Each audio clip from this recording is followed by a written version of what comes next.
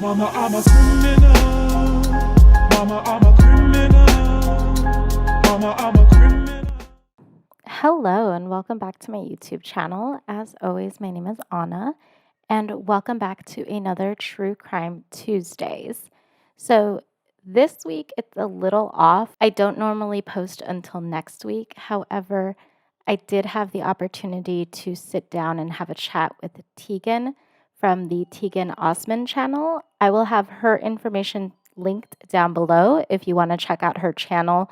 She's really good. She looks more at the psychological side of things, and definitely encourage you all to go check out her content. But here it is. Hope you enjoy. See you next week. Okay, there we go. Anna, thank you so much again for joining me this evening.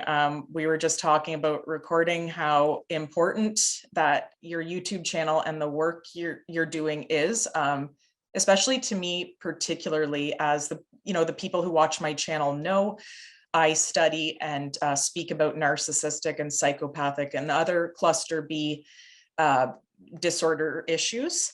And I came across your channel when I was doing some research for the Gabriel Fernandez case, because that is personally that I have come across the worst and most extreme example of how far that can go. And I noticed that, and I was saying to you earlier, I noticed that you don't speak specifically about narcissistic and psychopathic abuse, but that your channel really does focus on those dynamics and on the innocent children who don't have a voice, that are victimized by this. And I just happened to come across your channel, and I'm going to put a link to everyone because I think everyone needs to subscribe to your channel. What made you want to do this and talk about these really tough, dark issues? What made you want to speak out about these things? So, I mean, it started with like the videos that I was doing on Munchausen disorder. And I mean, realistically, like the entire YouTube thing, I just did it kind of as like a New Year's resolution style thing. And the first couple like videos that I did, I was just like playing like just like video games and like just talking. And then it turned into true crime.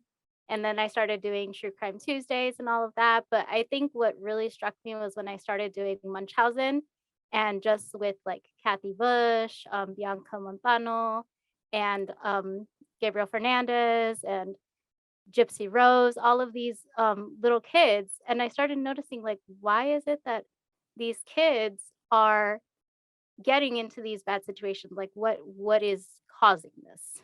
And then pretty much just kept researching and just finding what was going on. And when I was doing Adrian Jones, that case really did get to me. So I thank you for recommending that one. I hadn't actually heard about him until you. Yeah, thank you.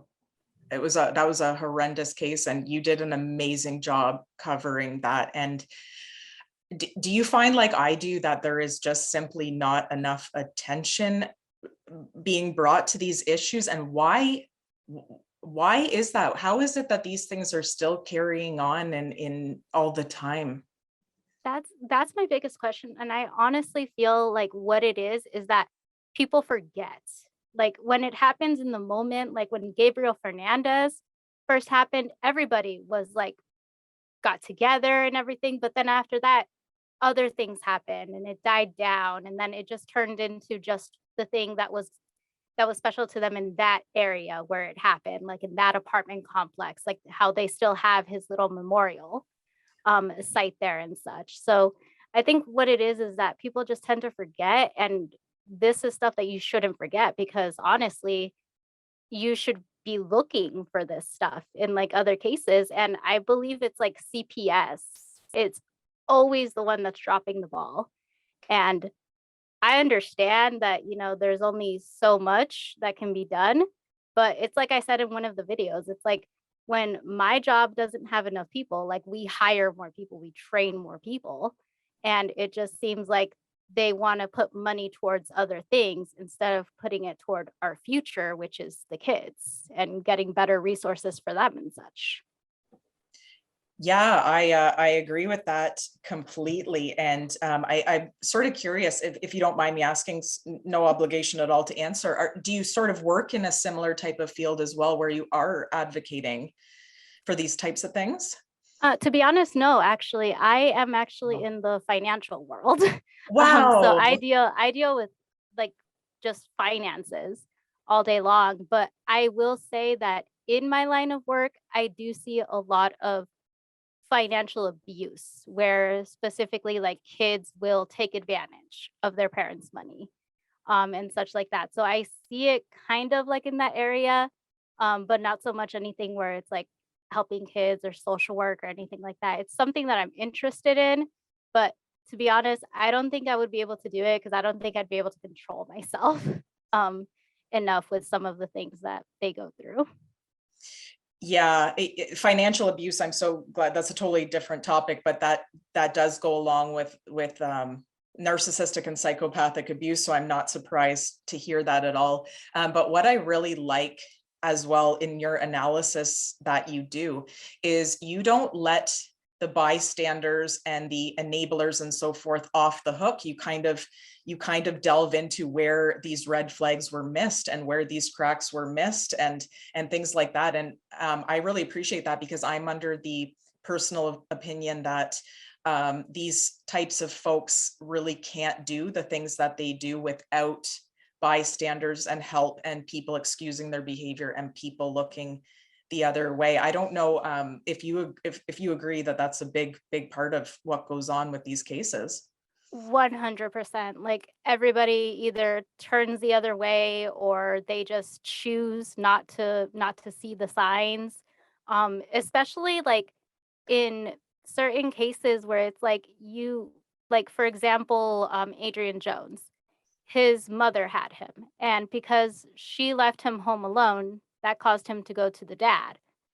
You gave the dad so many chances, but you were so quick to take him away from mom. Like, why is that? And everything. Like, I know CPS is always saying we're trying to reunite families and such like that, but it's like, really, no. Like, really, you're just trying to keep them with whoever you feel, in your opinion, can take care of them most. And why not? It's like I said in the video, it's like, why not give mom a second chance if she's proving to you that she's competent, you know?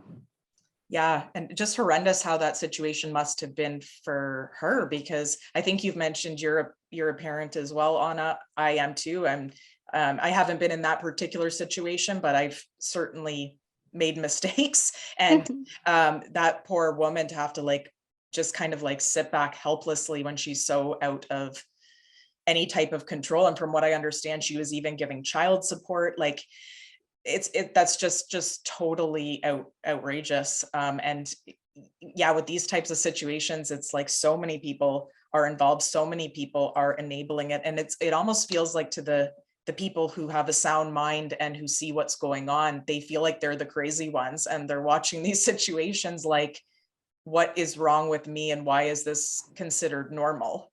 And E you know what I mean? exactly. Exactly. Like, I feel like I see it all the time, especially when there's, like, people who are like, personally, I have friends who do work in, like, CPS and stuff like that, and, like, they'll tell me things that they'll see, and I question them. I'm like, "Okay, let me throw a scenario at you." And I'll give them, like, for example, I'll give them the Adrian Jones scenario, and they'll just be talking. They'll just be saying words to try to just get themselves out of the question. And I'm just like, "No, like, give me, like, a straight answer. Like, I need to know, why is it that this is happening? Like, what is it that you guys are missing?" Because there's a lot. Like, you have one kid who's basically being locked in a bathroom, and then you have a mom who made one tiny little mistake. Like, why not work as hard with mom as you did with dad? And like, I mean, typically they always want to stay with mom, or mom always wants to be the one who's in charge. And in that situation, it's just like, why not give her a second chance? Like, Yeah. Yeah, I agree with you on that. I think your perspective, I think the fact that you have an outside perspective is really cool. It keeps things in check. It keeps me in check, my own types of thought processes and things like that. And I just think it's just really, really important to to give a voice to these victims. And do you think you'll continue in the true crime realm with children? You seem to be really good at it.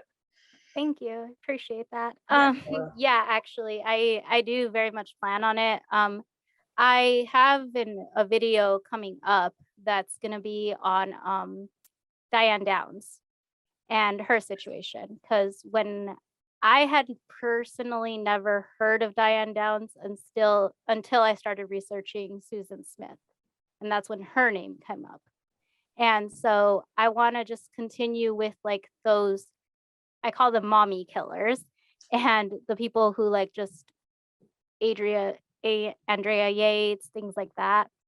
And sorry, had No, that's okay. but, definitely though, I do plan on continuing. I have Diane Downs coming up, and then I have, after that, I have like a couple of little smaller videos in between, and then I want to start looking into like serial killers as well, because that's another topic that I enjoy. So yeah, but definitely I do plan on continuing, even if it's just like one video a month at minimum or such. But I do eventually want to do this more instead of just like on Tuesdays, maybe do like different days, things like that. So I do plan on staying around. Good stuff. I'm super pumped to hear that. And like, I'm just really glad to hear that. And that just actually brought up some things that I'm just like writing notes, some things I want to ask you. So I'm actually glad you just brought up serial killers. I had a guest on my podcast recently who she's an expert in Munchausen syndrome and serial killers in the healthcare profession. And I just find that a really fascinating combination. It was a really neat chat for sure. But in terms of like you mentioned Diane Downs as well, and the killer mommies, do you think like this is sort of something that really bothers me personally, and something I find pretty common in both genders, is that with some people there is a belief, a real serious belief that a woman is incapable of murder or of being a bad person or a psychopath, or it's a really embedded fundamental belief. And do you think that's a part of some of these issues too, or why these women are able to get away with it? Yes, honestly, I completely feel like women are getting off, basically, because of the fact that they're a woman, and because of the fact that it's kind of like, I don't know the exact word, but like they are excusing them because they are women. They're just like, oh, a woman's not capable of hurting a child, much less their own child. And yet I can give you the list of like 10 people who have hurt their children. And so I think it's the fact that they are a woman that makes people, especially men, feel like, oh, they're not capable of being able to do that. When realistically, it's like, yes, actually, we are very capable of being able to do it. And honestly, we're probably women in general are probably just like more smart enough to be able to get away with it because they know what to kind of look for and things like that, and how to cover their tracks better than men. Because if you kind of take a look at, for example, like Chris Watts, he annihilated his family. And take a look at Andrea Yates. That was like a serious mental issues, I feel. But it's like in those situations, it's like Chris Watts, okay, yeah, they were already thinking about him. Andrea Yates, it's like they kept giving her chance after chance, like psychiatrists and mental stays and everything like that. It's like you kept giving her chances because she's a woman. Like you felt like because she's a woman, she probably won't be able to do this. And that's why they let her out, I feel. But I feel like if she had just stayed with the medication and just stayed and honestly probably just left her husband, Yeah. Yeah. probably nothing like that would have happened. But I feel like her husband mainly used her just to make children, just for reproduction. horrendous. A lady with such severe mental health issues. Yeah, that was a horrendous thing. And I agree with you for sure about the female aspect. And like you said, we can get away with it more. Cartels will often have female leaders strategically for these types of reasons, because law enforcement will not be on their tail as quickly. I'm sure you've heard of things like that, and they'll have Oh yeah. bigger hit squads than any man. So we can, there's just no basis in reality to those types of assumptions. And I totally agree with you on that. And I think too, a lot of it as well is, even if it's sort of seen as, okay, well, she may have done that, but it must be because she's been a victim of domestic violence, or she must have had a rough childhood, as if and then they try to justify it. And it's like, no, like you wouldn't justify it if it was a man. You'd be like, throw away the key. Like, yeah, lock him up. Keep the same energy. Exactly. Well said. For Diane Downs, can you remind me who that was? Is that a Munchausen mother? It wasn't necessarily a Munchausen. It was more, she, in my opinion, she pretty much just off the children because she wanted to be with the man who was married, that she was having an affair with. So pretty much she had a boyfriend and he didn't want children. He made it very clear to her that he did not want children. And so she had 3 children. So she ended up divorcing her husband. I have no idea why husband didn't just take custody of children. But pretty much she took the kids, killed them just to be with the husband. And then after she got caught, she went on trial. She got herself pregnant before she went to trial because she felt that the jury was going to be more sympathetic towards a pregnant woman. And she ended up having her baby in jail. Like, I think it was like either right before the sentencing or right after. But she ended up having the baby ended up getting adopted out. And then when I was researching this one, what I found really interesting was that I found websites where people were defending her and saying that no, she didn't do this because she claimed that a shaggy haired man came up to her, pulled her to the side of the road and shot her because she wouldn't give him the car keys, and shot into the car and shot the kids. Well, evidence says different. So she killed them because she wanted to be with a man. And you have these websites that will show you court documents that make you think a different way, but it's all just in her words what she was saying. Like, there was one document that I found that a judge had declined an expert witness for her, and it's like, okay, but you have the actual child, because one of the children, they suffered a stroke but they survived, and they told them what happened. They said, mom shot me, and there's testimony to that. So it's like, I'm going to go ahead and believe the kid that was there over the woman that's on trial for this. Yeah. Is she still in prison? Because it's amazing to me that they have enablers from the outside that continue to do this while they're in prison. Chris Watts gets fan mail, which is just like crazy to me. But like, yeah, she's still in prison. I believe she recently did apply for parole, but she was denied for parole. So I think they're just trying to keep her in there because she's already like in her 60s. So I think they're just trying to keep her in there until the very end, which I am totally okay with.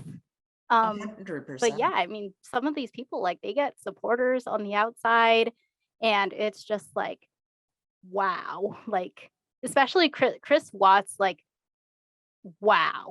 Like, how can you hear what he did, what he confessed to doing, and still be like, quote unquote, in love with the man? Like, what kind of person? It like makes me question, like, what's wrong with you?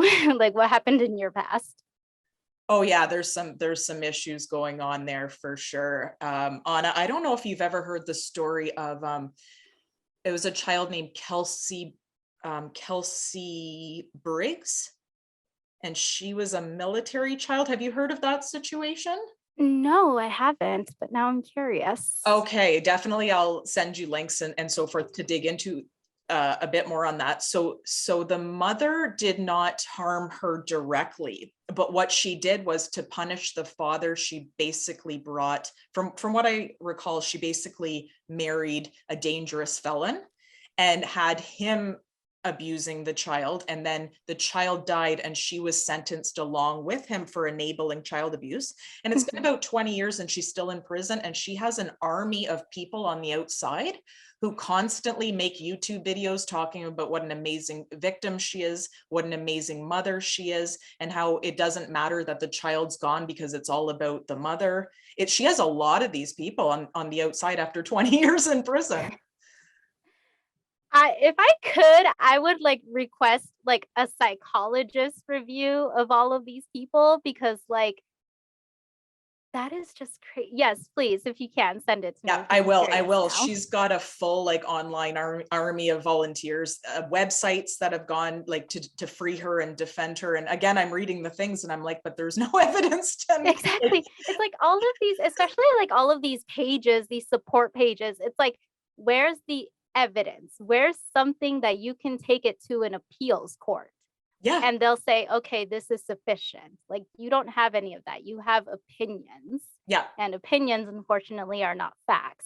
So yeah, that's one thing that they seem to miss the point in. Like, their opinion is this, and they believe that the law should change, I guess, based on that. I don't know. But yeah, no, she's got a lot of them. So I'll pass you along that case, because there's some really disturbing stories where the mother, she is not an abuser per se, like hands-on, but basically, like, to punish the father, she will move in some horrible abuser and allow it to happen, and then her hands are clean and she's saying, well, I'm a domestic violence victim, so it's totally okay. What happened? no, you can't throw the DV card. Oh my gosh. It's pretty fascinating. I'll send you one channel. I think it's like Speak for Those Who Can't, but it's all stories like that, where it's not the actual parent. It's like a step parent where they had the actual other parent punished. And yeah, these, especially the women, are very well enabled in these situations, and they will have people, even, I mean, there's a lot of people who see through it, but they will have people in law enforcement or in the courts who are like, nope, this is just a victim. She's done nothing wrong. You know? And it's like, and that like brings me to Pearl Fernandez. Like, now that you're saying that, Pearl Fernandez, because when I was looking into Gabriel, Pearl Fernandez didn't have the perfect childhood. She grew up in the projects. She was like about the gang life and all of that stuff. And I mean, to an extent, I kind of understood where it was that she was coming from, as far as with the man that she chose to be with. Because of the fact that like I said, I did not grow up in the suburbs. I grew up in the projects. So I kind of related to her in that way. But once she had Gabriel, and the fact that she was literally in the hospital, like, just had Gabriel, wanted nothing to do with him. And then when she finds out that she can get some money off of him, it's like, in my head, I was like, okay, that's the projects coming out in you. Like, you just want him for the money. And then all of a sudden she's trying to get him and stuff like that. And it's just like, no, because at that point, you are his mother. Like, he looks to you to defend you. Even with like a bruised eye, he's over there posing for a picture that says mom, because he wants to make you something sweet for Mother's Day. Like, you don't deserve him. Like, you don't deserve him to have him as a child. Like, once you had him or any of your other kids, like, they should have became the priority, not satisfying your boyfriend or husband or whatever, and just focus on your kids. Like, in my opinion, once you have kids, like, kids become like the priority. Like, myself, I have my daughter. My daughter is a special needs. So I think that's another reason why I go for kids, because of that aspect of it. But yeah, I mean, her, oh my gosh, like, I'm not gonna lie, I was happy when I saw the video that she had gotten hurt. Me too.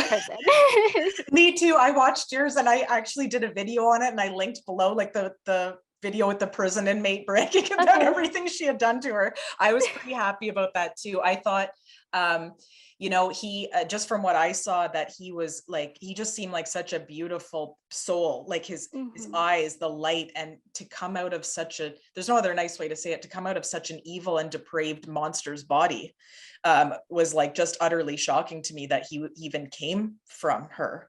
And the sweetest ones come out of evil, I feel like. oh my The goodness, absolute sweetest ones come out of evil. And it's so heartbreaking. beautiful child. You could tell he had goodness. You could tell in his eyes. And then, I mean, yeah, and I'm assuming that's probably why he was the scapegoat, is because he was the least like them. Well, just a beautiful child. And thank you, Anna, for sharing your story about your daughter. I'm also, that really touched my heart. My son has special needs as well. So that's, Okay. I understand. And that's a big part of why I do what I do as well. And I'm sure you like feel the anger that I do when I'm researching these cases. When I'm researching, there's some times where I have to step away for a few and like go cuddle her or go watch a movie with her or something, like spend some time to calm myself down. Like, especially when I was researching Chris Watts and I was reading about when he was putting them into the oil tanks and when he killed them and such. And so I took so many breaks on that one because I was like, I am gonna punch a wall right now if I keep reading this. So Yeah, I hear you. I almost came close to, when I was watching the Gabriel Fernandez trials, I did have to stop it and physically vomit. And I nearly came close to throwing something at my TV. I was so angry. And how do you, I guess that leads me to a really good question, actually. Do you find that it makes you a better parent in a way by exploring some of these things? it definitely feels like it does because I look at these things and I'm just like, and I look at my daughter and I look at the innocence and I'm just like, how can someone look at a child and choose to do this to them? And so like it definitely makes me feel more like a better parent because I spoil her now. Like anything that she wants, she gets. Because there's kids out there who can't. And if I can, I'm going to. Amazing, amazing. She's so lucky. She's so lucky. And Anna, do you find these topics, because I know that you and I explore very controversial, dark topics sometimes, and would you say that it's not for everybody, or do you think, no, everybody really needs to be aware and accept the fact that there is evil in this world in our midst? Everybody does need to go ahead and just accept that evil is out there. Like you can't deny it. You can't turn the other way because you're potentially risking someone's life if by looking away, by not saying anything. Like if I'm walking down the street and I see a child and I get that feeling, that mother feeling that something is wrong, like I'm going to say something. I'm not going to, even if it doesn't go anywhere, like at least I can have that clear conscience that I tried, I said something. And because like, especially like with CPS and stuff like that, they may close the cases, but that's on there forever. Like that doesn't go away. So like it could be like 20 years later, that'll still come up. So it's like if you make that initial report, even if it doesn't go anywhere, it's still there for the next time. And that's when they can pick up patterns. Yes, CPS may look the other way when they're looking at the patterns, but it's there. You can walk away with a clear conscience. Exactly. And we saw through like the Gabriel Fernandez trials and things, these do come up, and who tried to help and at what point this intervened and how the ball got rolling. So I think that's really, really good. I think that's really wise. And do you, like, I know sometimes people are scared to speak up about things, like maybe it's not as severe as that, but maybe they're in a work situation and they're maybe like, okay, this, maybe there's some psychological abuse going on, or there's some things that aren't right. Like, do you generally recommend that you should say something? Definitely. Yeah. You definitely should say something. If you feel something, say something. Like that's honestly how I feel about it. Because like I said, even if it doesn't go anywhere, you made a report. You gave them the situation. And so it's like, why not? What about it is like, what I would like to know is, what is stopping people from reporting? Is it the fear that they're going to know that it was them that reported them? Because you can report anonymously. Is it the fear of retaliation? Like, if you report anonymously, no one knows that it's you. Like, unless it goes, to my understanding, unless it goes into our courtroom, you remain anonymous. Right. So it's like, I don't understand why people are so hesitant to say something when potentially a child's life is in the line, especially if there's multiple children. Yeah, I agree with you completely. And perhaps that's a video topic sometime that we could explore, something like that. I don't know, like tips for people to overcome fears like that. If they are afraid, like if they do have irrational fears, they want to report something, they know something's wrong, but maybe they do have fears of like, oh, well, I'll be fired and then I won't be able to help, or, you know, irrational fears that people can overcome that are probably just irrational fears, you know, because I do think that's something that is worth exploring, because there are probably decent people out there who want to do something, but maybe out of their own mixed with cowardice, but also irrational fear, and learning maybe that their fears are not valid and that they should do it anyhow. I think maybe would be beneficial.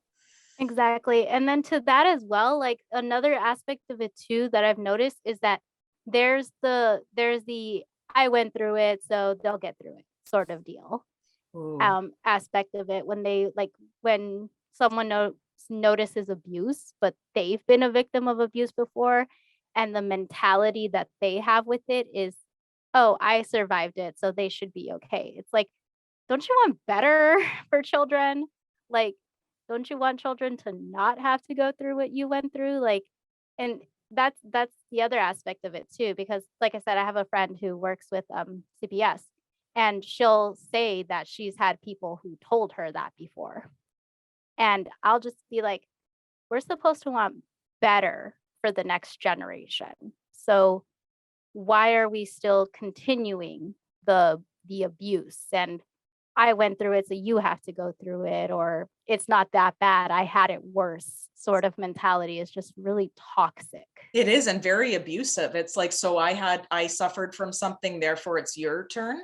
I actually had a conversation one time with a lady. It was fascinating. And she had admitted to me that she had serious issues with bullying and being verbally and psychologically abusive towards others. But her reasoning for it was, well, I was bullied in grade 1 and 2, so now it's payback time. So now everybody else should, even, you know, people who never have done anything wrong to her. And now she's in her 40s, and this is now, well, I went through it, so now it's your turn. And it's very abusive. It really is. It's, you know, I didn't abuse you in grade 1, so you know. Exactly. It's like, I didn't do anything. Why are you taking it out on me? Yeah, Like, yeah, I agree with you. That's a very toxic attitude to have. And I'm super glad to your attitude and the way you see things is very refreshing, and I think would be very beneficial to other people who would like to make changes and want to speak out about things, but maybe have some fear. I would also like to ask you any thoughts that you have on maybe self-care, or how do you connect with people when you research these types of things? Is there anybody that you talk to, or do you just kind of keep it to yourself and kind of sit with it? honestly, like, I'll just be researching. If I need to walk away, I'll walk away. Like, I have my boyfriend, and he doesn't, like, I can talk to him about the regular stuff. I cannot, like, kids are off limits to him. Like, if I'm researching like a child, I'll give him like the most general information. And like, when I'm recording, like, he'll hear me recording. And when I'm done recording, he'll come up to me and he'll be like, "Did that really happen? Did they really do that to him?" And like, he recently watched the Gabriel Fernandez trials, and he was like just so heartbroken about it, and he had like a million questions for me. And then he got into The Act on Hulu based off of Gypsy Rose, and he was fascinated with that one. But yeah, I mean, I go to him, I talk to him, but I have to keep it general with him. Otherwise, he's like, okay, I need a break from you talking about it. So Anna, it's been like, I've enjoyed our talk so much, and I actually would love to do, I would love to do another one with you as your show continues to grow. I think like I've been just like fangirl stalking your channel. Like I'm like, this girl's fantastic. She needs to keep going. Oh my goodness. Like I have to talk to her. And I think that what you're doing is wonderful. Like, please don't stop. It has to be done, and it's a huge service. And there's not a lot more that I can say about that other than thank you for giving a voice to people who don't have one at all. thank you. Yeah, I appreciate that. Because when I first like started this whole YouTube thing, I was like, I doubt anybody's gonna watch this. Like I'm gonna give it like maybe 2 views or something. So to like just watch it grow, it's just like amazing to me. So I appreciate it. Definitely. And it's going to keep growing, and you're going to do great. And one thing I noticed, we were talking about this a bit earlier, I didn't bring up this particular thing though, but I noticed on a couple of your videos with the Munchausens, like, of course you have those enablers coming on in, and they're like, no, she was a victim of the big pharma. Like, No.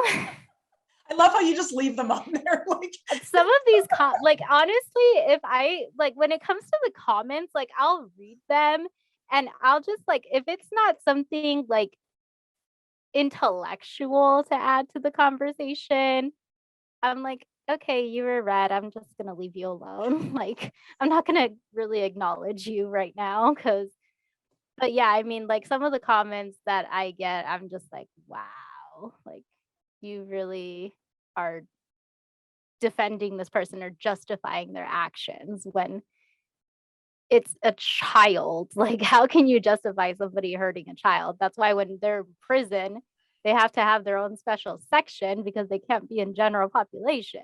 Like, I don't understand some people sometimes. I know it's very strange, the mentality that you align with. I think birds of a feather flock together kind of comes to mind Yeah. right now for sure. Yeah, it's a fascinating thing. I've had it myself, where just kind of a mob of them come, and I think like, do you even know the person I'm talking about? Like, probably not. It's kind of fascinating. I'm going to give you a proper goodbye after we stop recording, but I would really love to do this again with you, Anna. And this has been a great chat. I've had so much fun, and thank you very much for agreeing to do this. Of course. Thank you. Anytime you want to talk, I'm more than glad to. Amazing. I would love to do it again. So like, let's do it. And thanks so much again for your time tonight. And I'm going to be sending everyone on over to your channel to check it out because they need to do that. So thanks again, Anna. It's been a pleasure. Of course. Thank you. And there you have it. So I hope you enjoyed our little chat. And my question for you this week is, what do you think? Do you think people should still speak out when they have that feeling that a child is in danger? Or do you think that they should just look the other way? Hope you all enjoy. See you all next week. Don't forget to like, subscribe, and check out Tegan's channel. Again, I'll have her information linked down below, and have a wonderful rest of your Tuesday. Bye. Mama, I'm a criminal. Mama, I'm a criminal.